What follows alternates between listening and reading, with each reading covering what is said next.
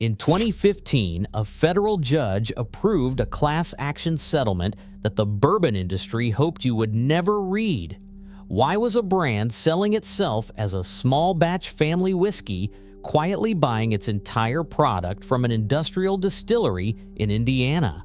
And why do the labels on dozens of bottles in your liquor store hide the one thing you actually need to know? Who made it? We are going to expose the factory secrets destroying American bourbon and show you the only bottles actually worth your money. If you have walked into a liquor store recently, you might believe you are looking at a competitive marketplace. You see 40 brands, heritage labels, wax seals, founder portraits, promises of limestone water, and generational recipes handed down through 6 generations of Kentucky farmers. You assume these are independent craftsmen competing to put something better in your glass. That is an illusion. 4 massive companies control the overwhelming majority of bourbon sold in the United States: Beam Suntory, Heaven Hill, Brown-Forman, Sazerac. Between them, they own dozens of labels that appear to be separate competing brands: Jim Beam, Knob Creek, Basil Hayden's, and Booker's, all Beam Suntory, all distilled at the same facility in Claremont, Kentucky. Evan Williams, Elijah Craig, Larceny, and Rittenhouse, all Heaven Hill, all from the same distillery in Bardstown. Old Forester and Woodford Reserve, both Brown-Forman. Buffalo Trace, Eagle Rare, Blanton's, and every Van Winkle expression on earth, all Sazerac, all made at one distillery in Frankfurt. When you reach for a different bottle because your usual brand let you down, there is a real chance you are handing money to the exact same company. They know that. They designed it that way, but the consolidation is the boring part. What actually happens inside that system is what they need you to never figure out. The problem starts with a loophole buried in federal labeling regulations. The TTB, the Alcohol and Tobacco Tax and Trade Bureau, governs what bourbon labels can and cannot say. And here is the loophole. When a bottle says distilled by, that company made the whiskey. When it says produced by, which is perfectly legal TTB language, it means something completely different: combined, processed, handled. It does not mean distilled. And when it says bottled by, you already know the answer. Most consumers never notice the difference between those 3 phrases. The industry has built hundreds of millions of dollars per year on that gap in attention. In Lawrenceburg, Indiana, a different Lawrenceburg from the Kentucky town where wild turkey is made, and the industry is perfectly happy that you will not check, there is a facility called MGP, Midwest Grain Products. MGP is one of the largest whiskey producers in the United States. They distill bourbon and rye in industrial quantities. Then they sell that distillate to other companies who bottle it, name it, and sell it as their own. The TTB assigns every licensed producer a number called a DSP, a distilled spirits plant number. That number must appear somewhere on the label, but it can be the buyer's DSP number, registered at their bonded warehouse or their office, not the actual makers. So when a brand lists a Kentucky, Iowa, or Texas address, it looks like they are distilling there. They may never have operated a still in that state in their lives. Here is exactly how the model works. A company forms. They hire a branding agency. They design a gorgeous bottle, thick glass, a handsome stopper, a name that sounds like it belongs on a Civil War-era land deed. They write a founding story, a grandfather, a recipe, a promise to never cut corners. Then they call MGP and place an order. They buy distillate at commodity prices. They age it in their own warehouse for 1 or 2 years. Then they sell it for $50 or $60 with back label language about hand-selected barrels and the master distiller's uncompromising vision. None of that copy is technically illegal. Every word of it is designed to make you believe something that is not true. Templeton Rye built its entire identity around one story, a Prohibition-era family recipe from Iowa, passed down through generations, made the old way. That story was on the bottle, on the website, in every magazine profile. The 2015 lawsuit established that Templeton was sourcing virtually its entire product from MGP in Indiana. Not Iowa, not a family recipe, a commodity order placed at an industrial facility simultaneously supplying dozens of other brands. The settlement cost them $2.5 million. The brand barely flinched. Bulleit's rye expression was sourced from MGP for most of the brand's history, Bulleit being owned by Diageo, the British multinational behind Johnnie Walker and Captain Morgan, a company generating $17 billion in annual revenue while presenting itself as a Kentucky craft story. High West, Redemption, Smooth Ambler, Angel's Envy before they built their own facility. Pendleton, George Dickel's Rye, all sourced, all produced by, while the label implied something else entirely. MGP's signature high rye mash bill, 95% rye, 5% malted barley, became so distinctive that experienced tasters were identifying it blind across a dozen different brands. Same whiskey, different names, prices ranging from $25 to $80. When whiskey writer Chuck Cowdery published research mapping MGP's distillate to branded products, beginning in 2012, several brands denied it publicly and confirmed it quietly in SEC filings the same week. The ones that got caught mostly survived. The ones that did not get caught are still on your shelf right now. And here is what makes it worse. MGP is not a secret to anyone inside the industry. Every major importer, every distributor, every serious retailer knows exactly which brands are sourcing and from where. The secrecy is not industry-wide. It is directional. It flows one way, away from you. But sourcing is only the first layer. What happens next is quieter and far more expensive for the people who never notice it. The craft bourbon boom made everything worse, and it did so with the best possible intentions. After 2010 loosened state licensing laws and an explosion of consumer enthusiasm created an opening for thousands of new distilleries. The vocabulary of craft appeared on shelves overnight: single estate, founder distilled, heritage grain, stone-milled heirloom corn. Every visual and linguistic signal of authenticity deployed by people who in many cases had never produced a drop of aged bourbon in their lives. Here is the problem nobody explained. Real craft credibility requires aged whiskey. AGD whiskey requires starting your distillery years before you want to sell anything. You cannot open a distillery in 2011 and sell legitimately aged bourbon in 2012.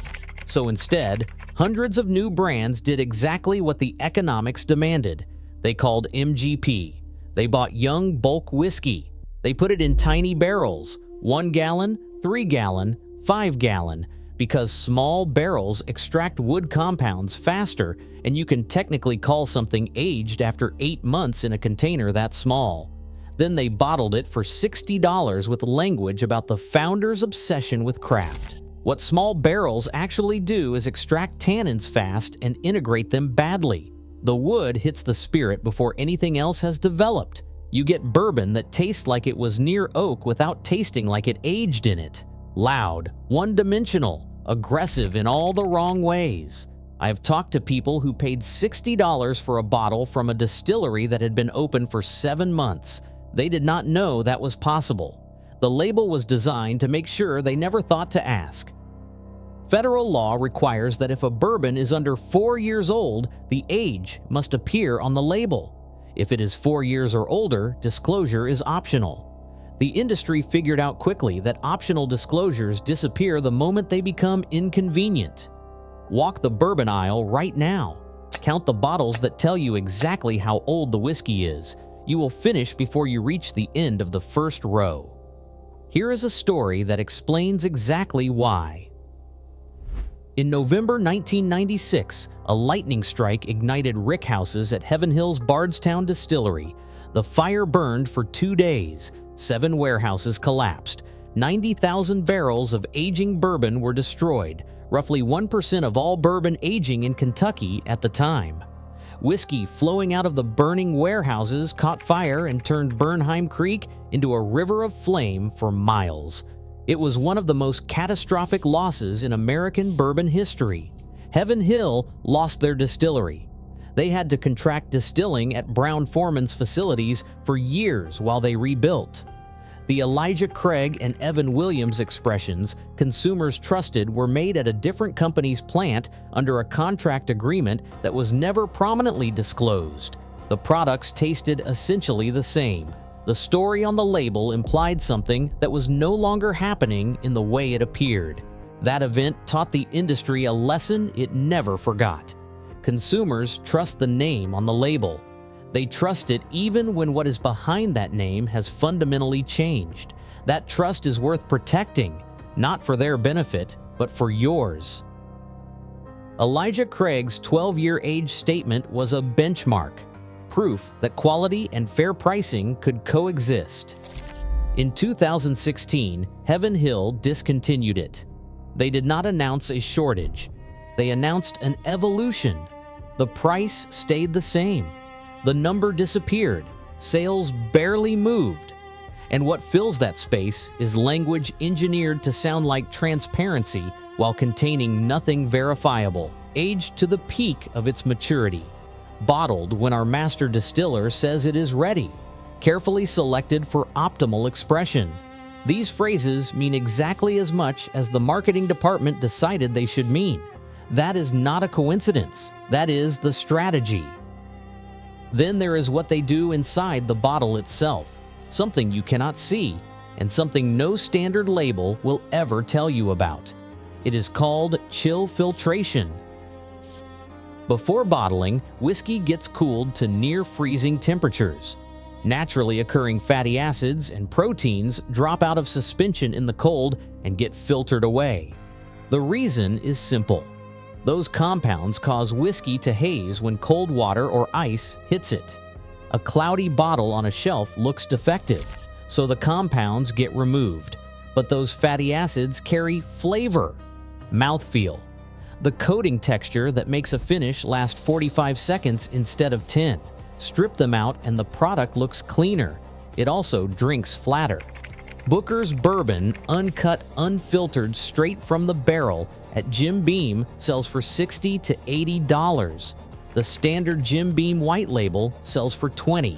Part of that $40 gap is everything the standard process removed. Same distillery, same mash bill. You are paying a premium to get back what they took out of the cheaper bottle. Next to chill filtration sits caramel coloring, specifically E150A, a food-grade additive that the majority of bourbon producers add to every batch to standardize color. Barrels at different positions in a rickhouse can swing 40 degrees in a Kentucky summer. Upper floors run hotter, lower floors run cooler.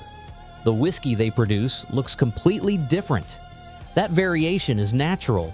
It is also something that makes a mass-market retailer nervous when 2 bottles from the same case look nothing alike.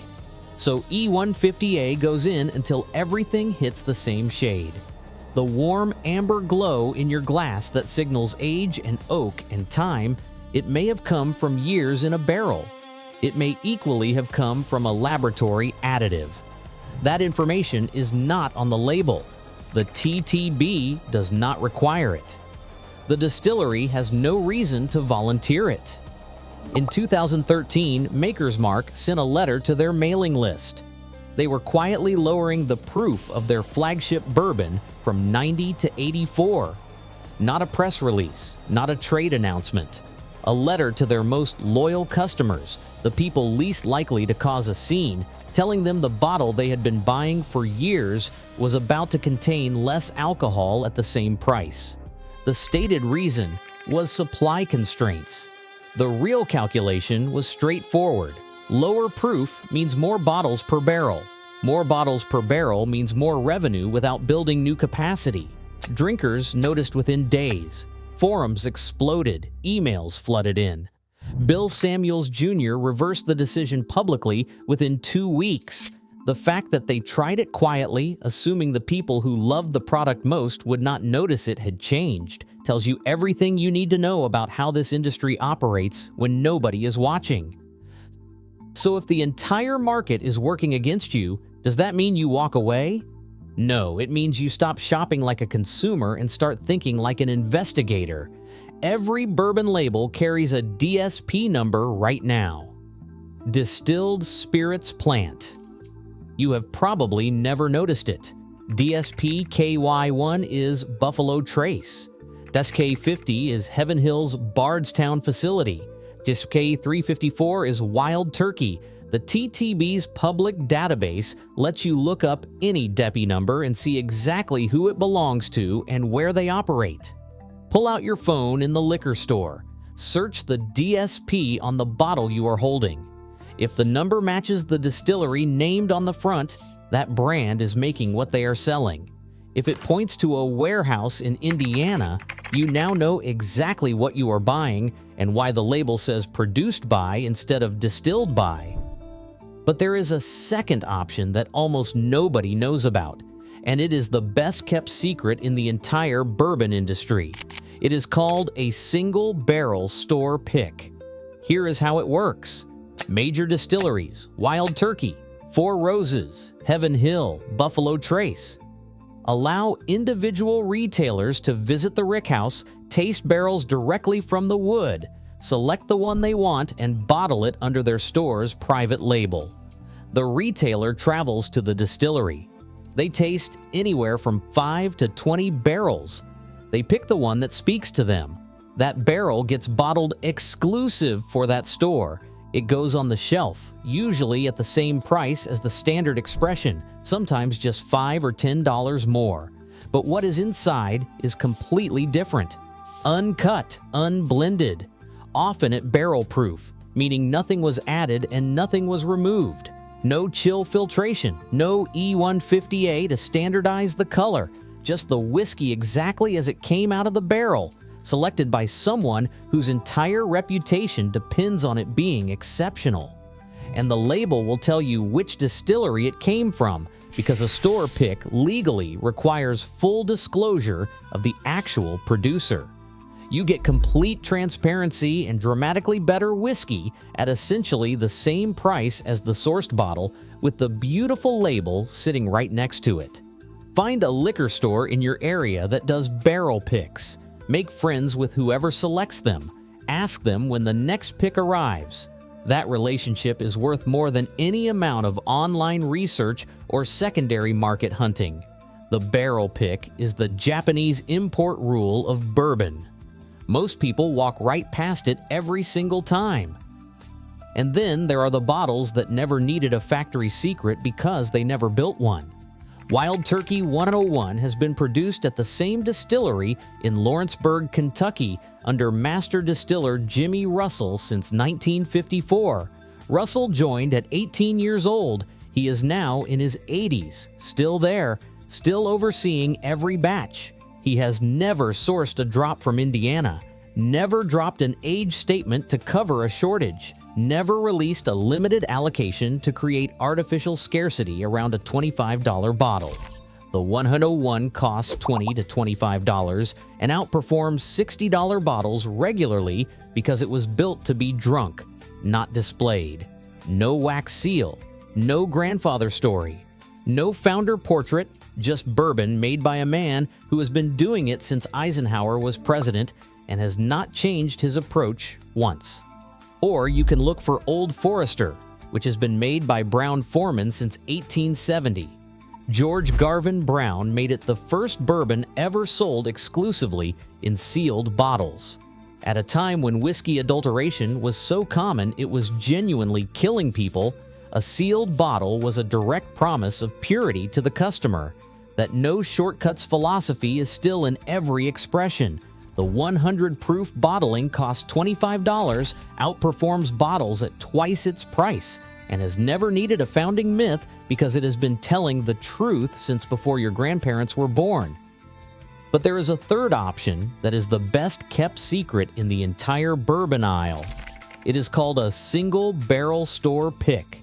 Major distilleries, Wild Turkey, Heaven Hill, Buffalo Trace, allow individual retailers to travel to the rick house, taste barrels directly from the wood, select the one they want, and bottle it under their store's private label. The retailer tastes anywhere from 5 to 20 barrels.